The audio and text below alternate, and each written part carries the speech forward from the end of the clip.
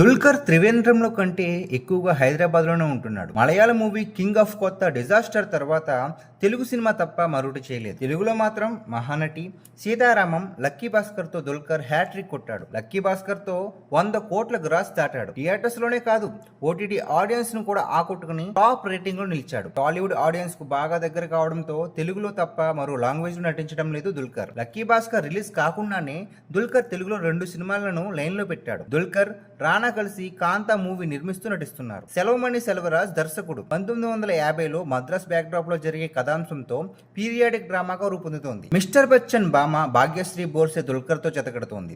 సీతారామం నిర్మించిన స్వప్న మూవీస్ దుల్కర్ తో ఆకాశంలో ఒక తార అనే సినిమాను స్టార్ట్ చేసింది. పవన్ సాధినేని దర్శకత్వంలో రూపొందుతున్న ఈ సినిమా కూడా పాన్ ఇండియాగా రిలీజ్ అవుతోంది. యంగ్ హీరోల్లో పాన్ ఇండియా ఇమేజ్ ఉన్న ఏకైక హీరో దుల్కర్ కావడంతో తెలుగు దర్శక నిర్మాతలు ఈ మలయాళ హీరోను ఎక్కువగా ప్రిఫర్ చేస్తున్నారు. మలయాళం, తమిళ్ ఇమేజ్ ఉండడం వల్ల దుల్కర్ కు కలిసి వస్తుంది. ఈ ఏడాది 2 సినిమాలతో వస్తున్నాడు. రీసెంట్ గా ఓ బడా నిర్మాత దుల్కర్ తో సినిమా ప్లాన్ చేస్తున్నట్టు తెలుస్తోంది. ఇలా బ్యాక్ టు బ్యాక్ సినిమాలతో తెలుగులో సెటిల్ అవుతున్నాడు దుల్కర్.